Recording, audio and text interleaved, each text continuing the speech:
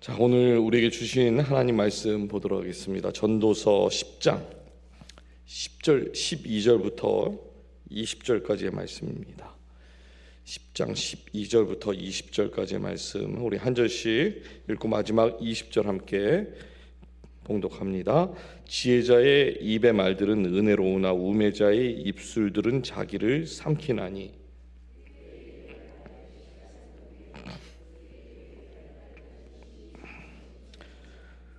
우매한 자는 말을 많이 하거니와 사람은 장래 일을 알지 못하나니 나중에 일어날 일을 누가 그에게 알리리요.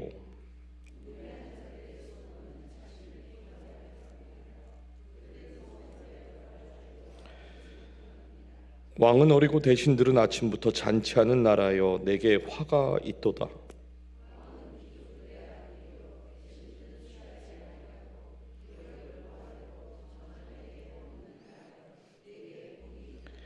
게으른즉 석가래가 내려앉고 손을 놓은즉 집이 새느니라.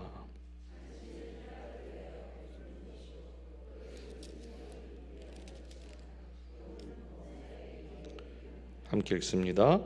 심중에라도 왕을 저주하지 말며 침실에서라도 부자를 저주하지 말라. 공중의 새가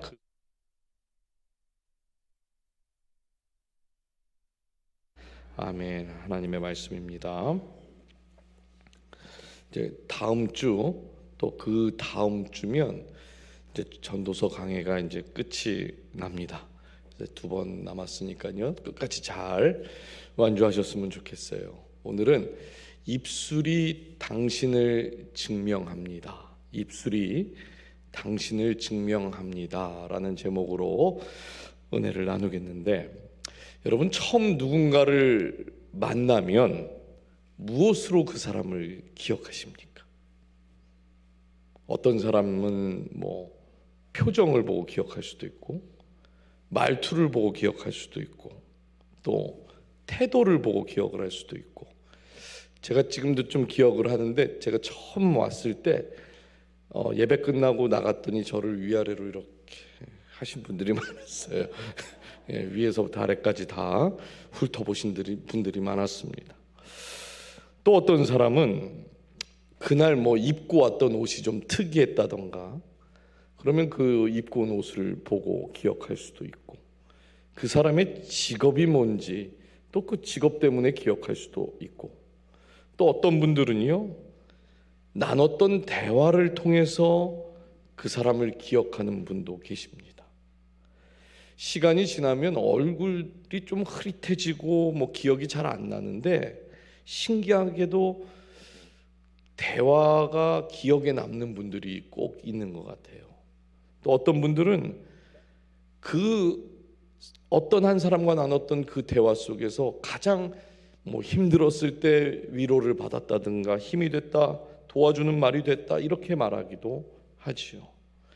지난주에 나눴던 이 전도서 10장 앞부분에서 솔로몬은 작은 우매가 큰 지혜를 무너뜨린다고 그랬어요. 근데 오늘 본문에서 그 우매함이 가장 먼저 드러나는 곳이 있는데, 그곳이 입술이라고 합니다. 첫 번째 주시는 교훈은 말은 당신의 상태를 드러냅니다. 그래요. 말은 당신의 상태를 드러내는 것이에요. 12절 다시 한번 읽어주실까요? 시작.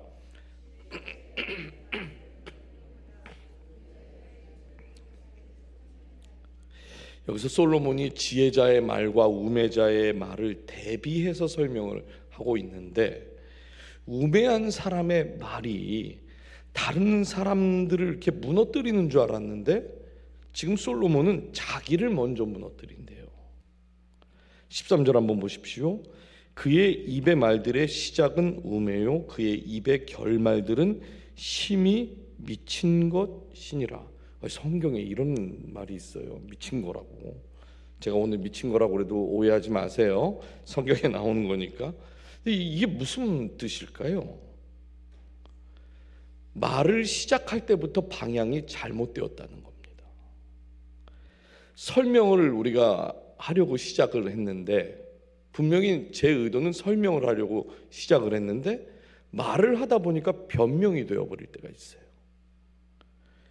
해명하라고 했던 말이 남을 공격하는 말이 될 때도 있고요. 그래서 내가 그런 거 아니라고, 난 정말 억울하다고 말하다가 이게 화가 나가지고 싸우는 경우도 있습니다. 지금 그런 걸 얘기하는 거예요. 상황을 잘 설명하려고 했던 말이 왜 분노까지 가게 되는 걸까요? 우리가 말의 시작은 입술에서 나오니까 이 입이 시작이다라고 생각하는데, 말의 시작은 마음이기 때문에 그렇습니다. 진짜 하고 싶은 그 속에서 하고 싶은 말은 상황 설명이 아니었던 것이죠. 그러니까 마음에서 하고 싶은 말을 결국 한 거예요. 여러분, 처음부터 방향이 잘못되었는데 끝에 가서 제대로 된 방향으로 갈 수 있을까요? 마음이 흔들리면 말도 흔들릴 수밖에 없습니다. 분명 내 입에서 말이 나오고 있는데 그 말이 통제가 안 되는 거예요. 통제가. 성경에도 그런 장면이 있지요.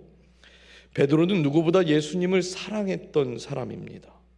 주님과 자기가 함께 죽을지언정 자신은 그 예수님을 부인하지 않겠다고 장담하고 맹세까지 했던 사람이 베드로예요. 그런데 한 여종이 베드로를 알아보고 너도 예수님하고 함께 있었던 그 사람 맞지? 그랬더니 베드로가 뭐라고 그랬어요? 아니, 무슨 소리냐고. 나는 저 사람 알지 못한다고. 거기서 끝났습니까? 저주하고 맹세까지 해버렸습니다. 여러분, 한번 잘 보세요. 베드로는 처음에 부인했습니다.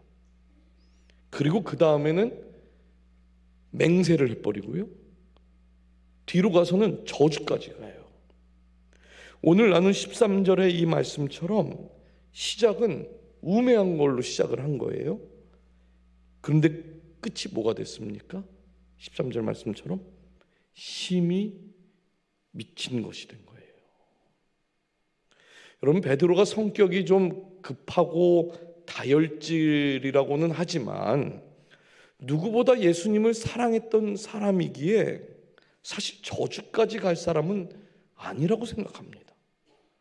나중에 예수님이 베드로를 찾아오셨을 때도 예수님이 베드로가 예수님을 사랑한 것을 의심하지 않으셨어요. 그러니까 누구보다 예수님을 사랑했던 베드로가 저주까지 갈 일은 아닌 거죠. 그런데 두려움이 마음속으로 들어오는 순간 마음이 흔들리니까 입술이 무너지게 되었습니다. 또 민수기 20장을 보면요, 이스라엘 백성들이 모세에게 또 물이 없다고 이제 원망을 쏟아놓기 시작을 해요. 그래서 하나님께서 모세에게 반석의 명령을 하고 이제 물을 내라 이렇게 말씀을 하십니다. 이때 모세가 백성 앞에서 뭐라고 하냐면 민수기 20장 10절입니다. 반역한 너희여, 우리가 너희를 위하여 이 반석에서 물을 내랴. 여러분, 모세의 이 말에 분노가 있고 억울함이 있습니다. 그동안 자신의 마음 가운데 쌓여있던 그 감정이 말 속에 그대로 있는 거예요. 물론 모세도 힘들었겠죠. 그 수많은 사람들을 그 기적처럼 데리고 나왔어요. 바다를 건넜습니다. 광야를 지나오는 동안 물이 없다고 난리를 쳐서 물을 줬어요. 그러니까 가도 원망과 불평만 하는 그 백성들의 말들이 마음에 쌓이니까 자신이 마음에 쌓아놨던 감정들이 올라온 겁니다. 근데 참 놀라운 사실은 지금 모세가 누구와 함께 동행하고 있습니까? 하나님과 함께 동행하고 있다는 거예요. 하나님께 율법도 받았고 하나님의 음성을 직접 들었던 모세인데, 그랬던 모세도 마음에 쌓여있던 감정이 올라오니까 하나님의 말씀을 제대로 전하지 못하고 분노를 쏟아놓는 그런 입술이 되어버린 것이죠. 결국 이 사건 때문에 모세는요, 약속하신 땅에 들어가지 못하게 됩니다. 여러분, 하나님께서 왜 이렇게 말을 무겁게 다루시는 걸까요? 왜 하나님은 우리의 입술을 왜 이렇게 무겁게 다루시는 겁니까? 우리의 입술에서 나오는 말이 그냥 의미 없는 소리가 아니기 때문에 그렇습니다. 여러분, 특히 성도의 입술에서 나오는 말은 그냥 입술이 아니라 하나님의 말씀을 전하는 입술이잖아요. 하나님의 뜻을 전하는 도구이고 통로인 것입니다.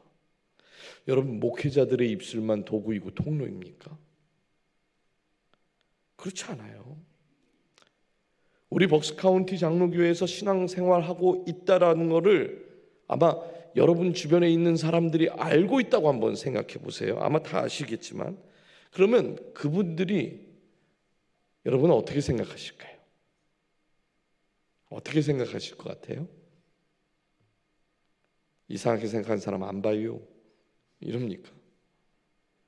사실 목회자들은요, 일주일 내내 성도만 만나요. 그러니까 거의 성도들하고만 이야기를 하고 목사들하고만 이야기를 하고, 그러니까 거친 말, 분노가 찬 말, 뭐 억울한 말, 이런 말들 잘 할 기회도 사실 없습니다. 네. 근데 우리 성도님들은 주변에 안 믿는 사람들도 만나시잖아요. 그렇죠? 비즈니스 때문에 만나는 사람들도 있으시잖아요. 목회자들보다 더 다양한 사람들을 많이 만납니다. 그렇죠? 그런 면에서 내가 신앙생활하고 있다는 사실을 그 누구에게도 알리지 말라, 이거 아니면, 이렇게 우리가 숨기고 살지 않는 이상 우리의 입에서 나오는 말이 13절 말씀과 반대로 말한다고 세상 사람들은 그렇게 생각할 거라는 겁니다. 아, 저분이 벅스카운티 장로교회 다닌다고 그랬지?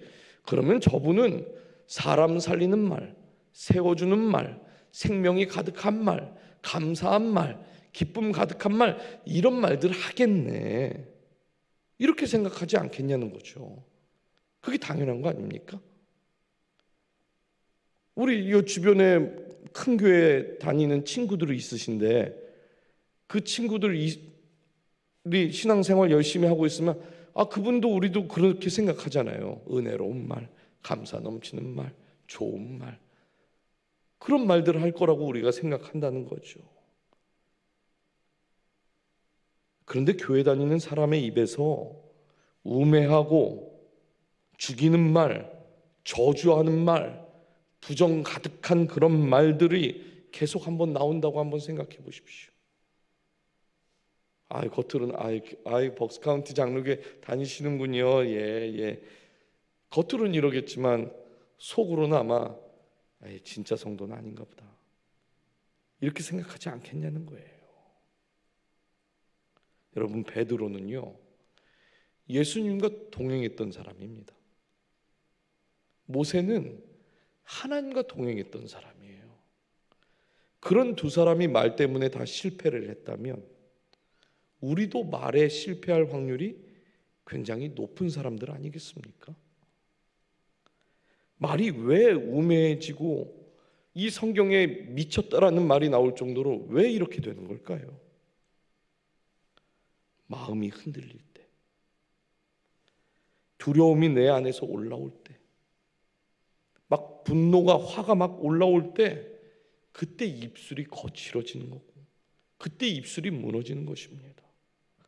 그러니까 좋지 않은 결과가 찾아오는 것이죠. 제가 어지간해서는 정말 화를 잘 안 낸다고 저는 믿습니다. 저희 아내에게 물어보지 마세요. 저는 화내는 거 아닙니다. 저는 웬간해서 화가 잘 안 나요. 그런데 그런 저를 화가 나게 하는 사람들 있더라고요. 그러면 여지없이 제 마음이 흔들립니다. 제 안에서도 두려움이 올라오고 억울한 감정도 생기고, 막 화가 나니까요, 여지없이 제 입술이 거칠어지고 제 입술도 무너지는 것을 경험을 해요. 그리고 나서 아차, 또 크게 실수했구나, 이런다는 거예요. 여러분, 보통 사람들이 화가 나는 데는 나름의 이유가 있지 않겠습니까? 막 그냥 아무런 이유 없이 막 화가 나는 사람들 사실 거의 없어요. 그냥 화가 나는 원인을 그래서 꼭 외부에서 찾죠. 나는 안 건드리면 세상이 평안한 사람이야. 나는 누가 건들질 않으면 노벨상 받을 정도로 진짜 화평한 사람이야. 아니, 천사 같은 나를 자꾸만 화나게 하니까 나도 어쩔 수 없이 화내는 거지. 이렇게 말하잖아요. 충분히 이해가 됩니다. 이해가 안 되는 게 아니에요. 이해가 돼. 우리 다 똑같아요. 네, 다 그런다는 거예요. 그런데 야고보서 3장 8절에 이런 말씀이 있습니다. 혀는 능히 길들일 사람이 없나니 쉬지 아니하는 악이요 죽이는 독이 가득한 것이라. 여러분, 이 말씀이 무슨 말씀일까요? 사람이 혀를 절대 길들일 수가 없답니다. 왜요? 혀의 문제가 아니라 마음의 문제이기 때문에 그래요. 우리는 감정이 올라오면 본능적으로 방어를 하게 되어 있어요. 누가 나를 그냥 조금만 그냥 뭐라고 하든가 공격을 하면 방어 기제가 제 안에서 자동으로 작동을 합니다. 그 입술에서 날카로운 말들이 그냥 나가는 거죠. 성격이 나빠서 내 입이 거칠어진 게 아니에요. 타락한 본성, 내 마음이 문제이기 때문인 겁니다. 그래서 혀는 쉬지 아니하는 악이고 죽이는 독이 가득하다, 이렇게 말하는 것입니다. 이 말은요, 우리가 조금만 방심을 해도 생명 살리는 도구가 아니라 그냥 생명 해치는 도구가 될 수 있다는 거예요. 마치 이러면 이제부터 말을 하지 말아야겠네. 말만 하면 실수하게 되고, 말을 많이 하면 할수록 이거 마음에서 악이 쉬지 않고 독이 나오니 말을 하지 말아야 되겠대. 우리가 마치 이런 생각을 하게끔 하는데, 이거 단순히 그럼 말하지 말라는 말입니까? 절도 아닌데. 우리 교회 다니는 사람들 말하는 거 좋아합니다. 말을 하는 순간에도 뭘 생각하라는 거예요? 하나님이 필요하다고 그걸 인정하라는 겁니다. 그러니까 우리가 말을 많이 하는 게 문제가 아니라 말을 하는 그 순간에도 나에게 하나님이 필요하다라는 것을 야고보 사도는 인정하고 구하라는 걸 지금 말하고 있는 거예요. 그래서 14절에 이렇게 말해요. 솔로몬도 우매한 자는 말을 많이 하거니와 사람은 장래일을 알지 못하나니 나중에 일어날 일을 누가 그에게 알리리요. 여러분, 여기서 많이라는 말은 말을 많이 한다는 뜻이 아니라 통제되지 않는 말이 많다는 겁니다. 방향 없이 쏟아지는 말들이 많다는 거예요.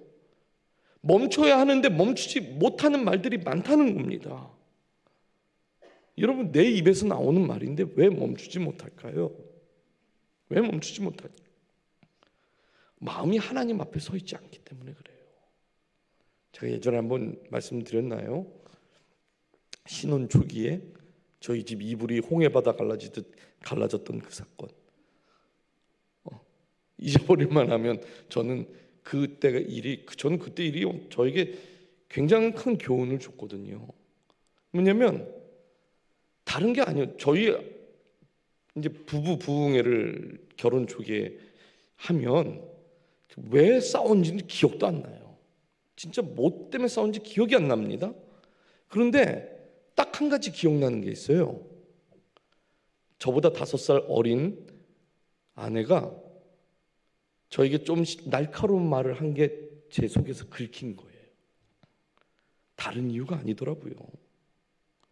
그러니까 제가 긁혔기 때문에 방어 기제가 작동을 해서 한마디 툭 뱉으니까 아내도 긁힌 거죠. 그러니까 서로 막 긁기 시작하다 보니까 멈춰야 된다라는 걸 속으로는 아는데 멈추질 못하는 거예요. 그래서 베드로도 부인하다가 맹세하다가 저주까지 간 것입니다. 사랑하는 여러분, 말은 단순한 그냥 습관이 아니라 우리의 말은 영적인 상태를 보여줍니다. 우리의 입술을 고치려고 애쓰기 전에 내가 내 마음을 하나님 앞에 바로 세우는 것이 항상 중요해요. 시편 141편 3절에서 다윗이 이렇게 말하죠. 여호와여, 내 입에 파수꾼을 세우시고 내 입술의 문을 지키소서. 입에 파수꾼을 세우고 입술의 문을 지켜야 할 정도로 다윗도 말의 실패를 경험하고 말 때문에 힘들었던 그런 적이 있기 때문에 이렇게 고백하는 거 아니겠습니까? 그렇다면 우리의 삶에서 우리는 어떻게 적용을 하면 좋을까요? 그냥 다윗처럼 우리의 입술에도 파수꾼을 세워달라고 기도하면 좋을까요? 기도하는 건 매우 중요합니다. 왜냐하면 기도를 한다라는 것은 그만큼 내 입술이 연약하다라는 것을 내가 스스로 인지하고 있는 거예요. 그래서 그것을 말이 내가 위험할 수 있으니까 기도함으로 인해서 내가 조심해야겠구나, 이걸 생각하는 것은 굉장히 좋은 거죠. 근데 여기서 한 걸음 더 나아가서 말하기 전에 잠깐 멈추는 게 중요합니다. 멈추는 게 중요해요. 사실 이게 말은 간단한데 생각보다 쉽지 않죠. 우리가 감정에 대한 훈련을 제대로 받아본 적이 없기 때문에 그래요. 제 친구가 집에서 아내랑 부부싸움이 재미없어서 못하겠다고 그런 적이 있어요. 그래서 제가 속으로 한번 째려봤는데 왜 그러냐 그랬더니 자기는 결혼할 때 약속을 했답니다. 평소에는 반말을 해요, 둘이서. 그런데 부부싸움을 하면 존댓말을 한대요.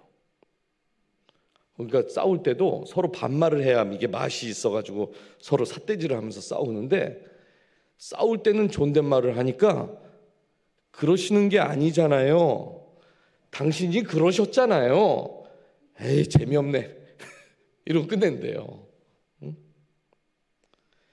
뭔가 우리가 감정이 올라올 때에 안전장치가 하나 있어야 되는데 그게 잠시 말을 멈추는 겁니다. 멈추는 거예요. 베드로, 모세 둘 다 말을 멈추지 못했기 때문에 입술이 무너진 것입니다. 감정이 올라오는 그 순간에 하나님 앞에 그 마음을 딱 올려놓고 잠시 멈췄더라면 어쩌면 그들의 입술이 무너지지 않았을지도 모르겠어요. 성경의 위대한 인물도 감정을 컨트롤하지 못해서 무너졌다면 누구나 다 무너질 수밖에 없죠. 우리도 예외가 아닙니다. 그래서 감정이 올라올 때 그 자리를 피하세요. 피하십시오. 저는 그게 지혜라 생각됩니다. 피하지 않고 계속 얘기하면요, 좋게 끝난 적이 없어요. 무엇보다 우리는 사람 앞에서 말하는 존재가 아니라 하나님 앞에서 말하는 존재이기 때문에 그래요. 여러분, 말 잘하는 사람이 지혜 있는 사람 같지만 그렇지 않습니다. 오늘 전도서가 말하는 지혜는 말의 기술을 이야기하는 것이 아니라 하나님을 경외하는 그 마음, 거기에 지혜가 있다 말하고 있어요. 그래서 우리의 마음을 하나님 앞에 바로 세우지 못하면 입술이 먼저 무너진다 말합니다. 야고보서 1장 19절 말씀 한번 읽어주십시오. 시작.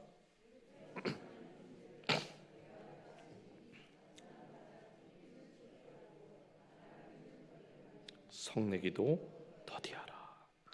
말하기 전에 하나님을 한 번 더 의식하십시오. 듣는 건 빨리 하래요. 그런데 말하는 거는 그냥 안 해도 될 말은 하지 말랍니다. 그러다 보면 화내는 것도 안 하게 될 거예요.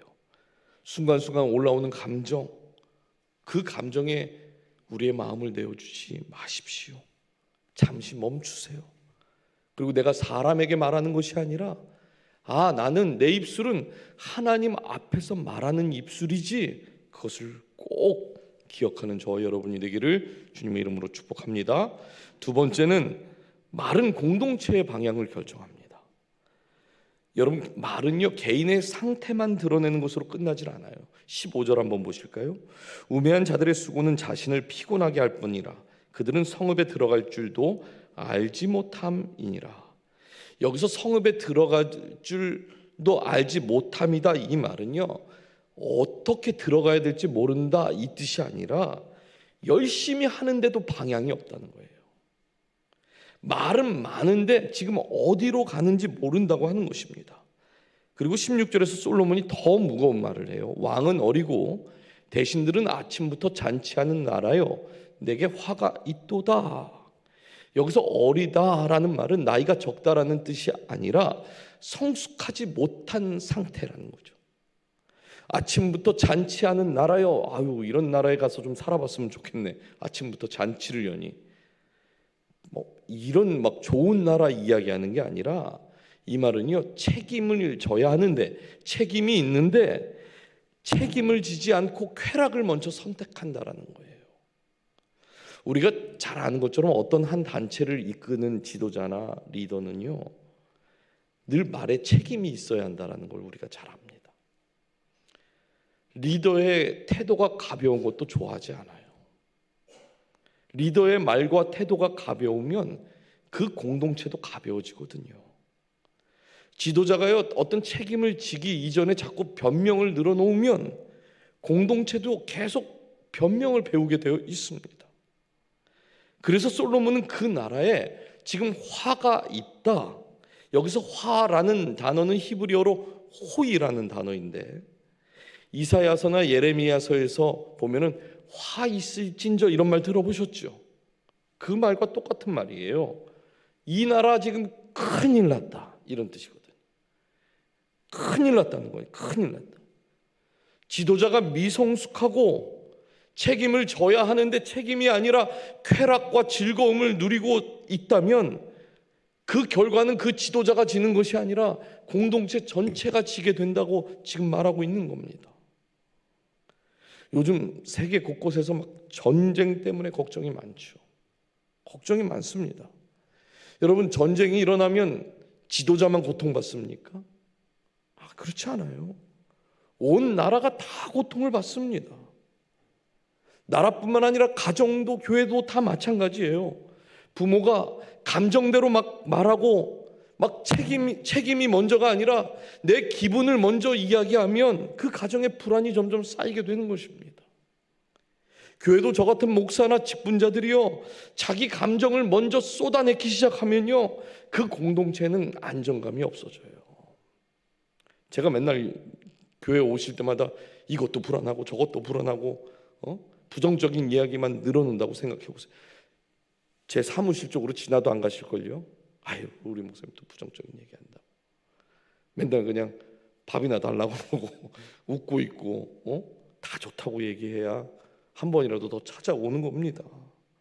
여러분, 그래서 지금 솔로몬이 화가 있다, 큰일 났다 얘기하는 거예요. 그런데 17절을 보십시오.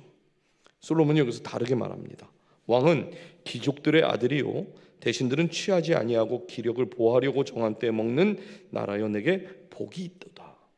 정한 때에 먹는다라는 말은 절제와 질서를 말하는 겁니다. 내가 지금 하고 싶은 대로 그냥 막 말하는 게 아니라 지금 이 말이 공동체를 세울 수 있는 말인지 스스로 물은 다음에 지금 그 상황에 맞는 말, 때에 맞는 말을 해야 지혜로운 말이라는 거예요. 군대에 이런 표현이 있습니다. 분위기를 잘 못 읽는 사람을 보고 뭐라고 그러죠? 고문관이라는 말을 해요. 고문관. 근데 고문관들 이렇게 가만히 보면요, 열심히 해요. 굉장히 진지합니다, 나름. 근데 문제가 뭡니까? 분위기를 몰라요. 분위기를 몰라요. 상황을 읽지를 못해요. 웃으면 안 되는데 막 웃어요. 군대 후임병 중에 그런 친구가 하나 들어오면 아주 힘들어집니다. 막 바짝 군기가 들어서 점호할 때 항상 군기가 들어있거든요. 이러고 각을 잡고 딱 이러고 있는데 웃으면 안 되는 순간에 이등병이 이렇게 웃고 있을 때가 있어요. 그러면 그날 잘 때 고참들이 다시 깨워요. 조용히 해야 하는 그런 자리인데 거기서 말을 막 던집니다. 긴장된 자리인데 농담을 해버려요. 그 말이 틀린 말이 아닐 수 있습니다. 그런데 상황에 맞지 않고 때에 맞지 않으면 전체의 흐름이 깨지고 지혜롭지 않은 말이라는 거죠. 여러분, 가정도 그렇지 않습니까? 아이가 힘들어서 막 집에 들어왔는데 엄마가 집에 들어오자마자 책가방 막 이렇게 던져버리고 너무 힘들었고 그냥 소파에 탁 놓았더니 너 들어와서 손도 안 닦고 도시락 가방 내놓으라는데 내놓지도 않고 지금 들어와가지고 너 지금 이게 하는 게 뭐야? 아이가 힘들어서 들어와서 딱 그랬는데 훈계부터 하면 그 말이 맞는 말이라고 하더라도 그 아이를 살리는 상황에 맞는 말은 아닌 것이죠. 부모의 말 한마디가요, 그날 가정의 분위기를 결정하기도 하고, 아내의 말 한마디가 남편을 살리기도 하고, 남편의 말 한마디가 아내의 마음을 막 무너뜨리기도 합니다. 교회도 마찬가지예요. 맞는 말 하지 우리가 틀린 말 하지 않습니다. 맞는 말이지만 지금 그 말이 공동체를 살리는 말인지 아니면 내 속을 그냥 풀어내는 그런 말인지 이걸 구분하지 못하면 공동체가 바로 서기가 힘든 것이에요. 그래서 지혜자는 묻는 겁니다. 이 말이 지금 정말 필요한 말인가? 이 말이 내 가정을 세우고 우리 교회를 세우는 그런 말인가? 이것을 잘 구분하고 말하는 것, 이게 정한 때에 먹는 지혜인 것이에요. 마지막 세 번째입니다. 은밀한 말도 하나님 앞에서 숨겨지지 않는다는 거예요. 은밀한 말도 하나님 앞에서 숨겨지지가 않아요. 18절과 19절을 보니까 겉으로 보면 게으름과 향락에 대해서 말하는 것 같은데 20절을 보니까 솔로몬이 갑자기 이렇게 말하죠. 심중에라도 왕을 저주하지 말며 침실에서도 부자를 저주하지 말라. 공중의 새가 그 소리를 전하고 날짐승이 그 말을 전파할 것입니다. 시선이 완전히 바뀌어버렸습니다. 심중에라도 침실에서라도 말을 조심하라고 그랬죠. 우리가 공개적인 자리에서 말 조심해야 하는 것은 잘 압니다.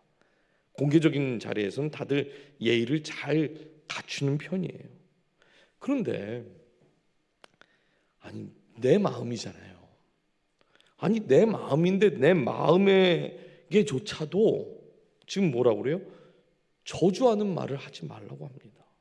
심지어 한 이불 덮고 자는 그 침실에서도 아내에게, 배우자에게 나쁜 말 하지 말라고 그래요.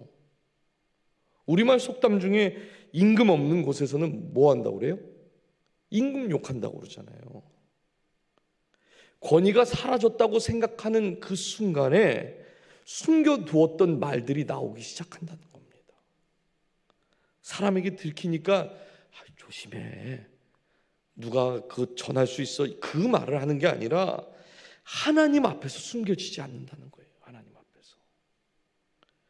종교개혁자들이 자주 사용했던 말이 있는데 코람데오라는 말이 있습니다. 하나님 앞에서라는 뜻이에요. 우리는 사람 앞에서 사는 존재가 아니라 하나님 앞에서 사는 존재라는 것이죠.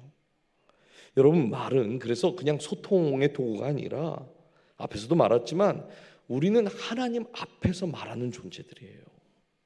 겉으로는 얼마든지 조심할 수 있습니다. 사람들 앞에서 우리가 예의 있게 말하는 거 조금만 훈련받으면 다 잘합니다. 근데 속은 어떤가요? 속은 내가 내 속이니까 내 마음대로 이야기해야 된다고 이야기해도 되겠지 생각한다는 거예요. 속으로는 막 화가 나 죽겠고 저 사람 미워 죽겠는데 겉으로는 웃고 있으면 사람은 속을 수 있어요. 그러나 하나님 앞에서는 숨겨지지 않는다 말합니다. 최근에 아마 기사들 보신 분들 계실 텐데 한국의 이름만 대면 아는 큰 대형교회 목사님이 꽤 오랫동안 부목사님들에게 폭언과 욕설을 아주 심하게 했는데 그거를 또 녹음을 했어요. 얼마나 심했으면. 올라온 거를 저도 몇 개 들어봤는데 어떻게 목사 입에서 막 저런 욕들이 그냥 나오는지 순간 제 귀를 의심을 했습니다. 오늘 오전에 박 목사님이 저보고 그걸 들어봤냐고 물어보더라고요. 근데 공손히 들어봤다고 그랬죠. 들어봤습니다. 예. 예. 말 잘못하면 또 녹음하면 큰일 나니까. 예. 방송에도 나오시는 분이고 교단에서도 꽤 큰 영향력을 가지신 분이에요. 겉으로 보는 이미지는 너무나 좋은 목사님인데 그 교회를 거쳐간 그 목회자들이 수년간 그 목사님의 말의 상처 때문에 목회를 그만둔 사람도 있습니다. 병원에서 치료받는 분도 계시대요. 결국 최근에 교회를 사임하겠다고 하셨어요. 여러분, 거기서 누가 승리자입니까 도대체? 누가 승리한 겁니까? 남은 건 교회의 상처밖에 없는 거 아닙니까? 그 목사님이 승리했나요? 아니면 상처받은 부목사님들이 승리한 겁니까? 모두가 상처받고 모두가 안 좋아진 거예요. 어떻게 밝혀진 건지는 잘 모르겠지만 정말 이런 일이 교회에서 일어난다는 것 자체가 엄청난 충격인 거죠. 겉으로는 축복합니다 형제님, 아이고 축복합니다 자매님, 이렇게 하면서 속으로는 아유 저 무능한 인간 저거, 아유 저 가치 없어 이런다고 한번 생각해 보세요. 사람은 속을 수 있을지 모르겠지만 하나님은 다 아신답니다. 성경에 보면 코람데오를 가장 잘 보여주는 인물은 요셉입니다. 요셉의 말과 행동을 보면 늘 하나님 앞에 서 있는 것처럼 살아가요. 반대로 입에 파수꾼을 세워달라고 했던 그 다윗이 옥상에서 밧세바를 보고 죄를 지을 그 생각을 했던 이유는 다른 게 아닙니다. 코람데오가 무너진 거예요. 코람데오의 정신은 그래서 우리의 입술만 지키는 것이 아니라 그 사람의 삶이 무너지지 않도록 지켜주는 거예요. 근데 문제가 있어요. 문제는 뭡니까? 우리는 요셉하고 너무 다르다는 거예요. 요셉하고 달라도 너무 달라요. 저를 포함해서 여기 계신 모든 분들이 말로 다 실수해 본 적이 있으실 거예요. 말의 실패를 경험했던 분들이실 거고 속으로 품었던 그 말들 때문에 괴로웠던 날들이 분명히 있으셨을 겁니다. 여러분, 이때 사단이 우리에게 주는 마음이 있어요. 너는 원래 그런 사람이라고. 너가 원래 그랬던 사람이야. 네가 무슨 겉으로 교회 열심히 다니죠. 네가 무슨 성도고 네가 무슨 목사냐고. 사단은요, 우리를 자꾸만 그렇게 정죄하게 하고 포기하게 만들어요. 너 교회 아무리 다니면 뭐해? 30년, 40년, 50년 교회 다녔다며? 근데 너 입술 봐봐. 속으로 너 하는 말들 봐봐. 이렇게 자꾸 이야기한다는 거예요. 물론 우리가 말로 실수하지 않는 거 참 중요합니다. 말 실수하면 안 되죠. 그리고 실수를 했다고 한다면 상대방에게 찾아가서 솔직하게 대화를 하고 용서를 구할 것이 있으면 용서를 구하는 것 반드시 사실 필요한 거예요. 그런데요, 더 중요한 것은 뭐냐면 사단이 자꾸만 우리의 마음에 정죄하려고 하고 포기하려고 자꾸 부추길 때마다 사단이 주는 그 마음을 우리가 붙드는 것이 아니라 주님의 음성을 더 붙드는 자리로 나아가야 한다는 거예요. 그때 성령 하나님은 절대 우리를 정죄하지 않습니다. 정죄는요, 자꾸만 우리를 주저앉게 만들고 우리를 자꾸만 낙심과 좌절의 자리로 이끌어가지만 성령 하나님이 주시는 그 마음, 성령님은 우리가 돌아갈 길을 알려주시고 우리를 다시 세우시는 자리로 인도하시는 거예요. 우리가 말로 실패했을 때에 우리를 붙들어주는 것은 정죄가 아니라 회개인 거예요. 회개. 베드로를 기억하십시오. 저주하며 맹세했던 그 입술을 예수님이 그냥 내버려 두셨습니까? 그렇지 않아요. 베드로는 분명 자신을 정죄했고 포기했습니다. 그런데 주님이 찾아오셔서 그 베드로를, 그 입술을 다시 일으켜 세워주셨잖아요. 사랑하는 여러분, 그래서 코람데오는요, 우리를 다시 세우는 자리입니다. 늘 하나님이 내 앞에 계시다는 것이 참 부담스럽습니다. 참 부담스러워요. 다 보고 계시니 얼마나 부담스럽겠어요. 내 속에 있는 그 말들까지도 다 들으신다니 얼마나 부담스럽겠습니까? 그러나 그것을 우리가 인정하고 인지하고 늘 내가 하나님 앞에 서 있다는 것을 깨닫게 될 때에 그것만큼 안전한 게 없는 거예요. 습관이 영성이다라는 책이 있습니다. 말은 습관이지만 동시에 영성이다 이렇게 말을 해요. 말을 어떻게 사용하는가가 내가 누구 앞에서 살고 있는가를 보여주는 것입니다. 사랑하는 여러분, 저와 여러분은 사람 앞에서만 말하는 존재가 아니에요. 우리가 주일에 계속해서 주기도문 시리즈를 나누고 있는데 기도가 뭡니까? 하나님과 대화하는 거잖아요. 우리가 사람하고만 대화하는 것이 아니라 우리는 하나님과 대화하는 사람들이라는 거 꼭 기억하시길 바라요. 이제 말씀을 맺겠습니다. 입술은 결국 우리의 신앙, 우리의 삶을 다 드러내는 도구입니다. 다 드러내게 되어 있어요. 입술이 거칠어지면 마음이 하나님에게서 멀어져 있는 걸 수도 있습니다.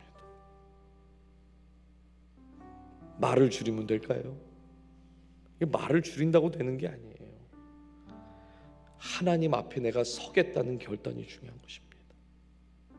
다윗이 기도했던 것처럼 여호와여 내 입에 파수꾼을 세우시고 내 입술의 문을 지켜주십시오.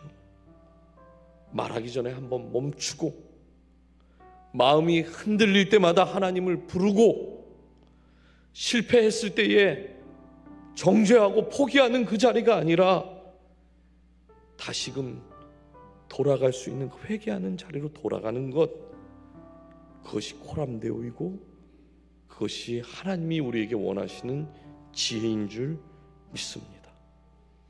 결국 전도서가 우리를 지금 이끌고 가는 자리도 여기인 거예요. 여기. 말을 고치겠다고 결단하지 마시고 내가 하나님을 더 마음 깊이 경외하겠다는 그 결단으로 나아가시길 바랍니다. 오늘 집에 돌아가셔서 또 내일 누군가와 이제 말을 하시게 되겠죠. 배우자일 수도 있고 자녀일 수도 있고 회사 동료나 비즈니스 때문에 만나는 사람일 수도 있습니다. 말 한마디가 그 사람의 하루를 살릴 수도 있고 무너뜨릴 수도 있어요. 미국에서 이런 표현 많이 쓰잖아요. You made my day. 너 말 한마디 때문에 오늘 내 하루가 달라졌어. 사랑하는 여러분, 우리의 입술이요 누군가를 살리는 입술이 돼야 돼요. 누군가를 죽이고 절망하게 하고 낙심하게 하는 그런 입술로 우리를 부르시지 않았어요. 말을 이쁘게 하십시오. 은혜가 있는 말을 하십시오. 예전에 그런 말이 있었잖아요. 친구 따라 어디 간대요? 교회 간다. 네, 교회 간다. 친구 잘 만나야 교회도 가는 거죠. 네, 그렇죠. 말 잘하고 지혜 있는 사람, 여러분이 그 지혜 있는 사람 되어서 주변에 자꾸 여러분 때문에 모이는 그런 교회가 되었으면 좋겠습니다. 저 때문에 오는 교회가 아니라 우리 여기 계신 한 분 한 분 때문에 그분하고 있으면 내가 죽다가도 살아. 내가 죽다가도 살아. 이 소문만 나보세요. 여기에 의자 깔고 앉아야 될 겁니다. 그런 은혜가 우리 모두에게 있기를 주님의 이름으로 축복합니다.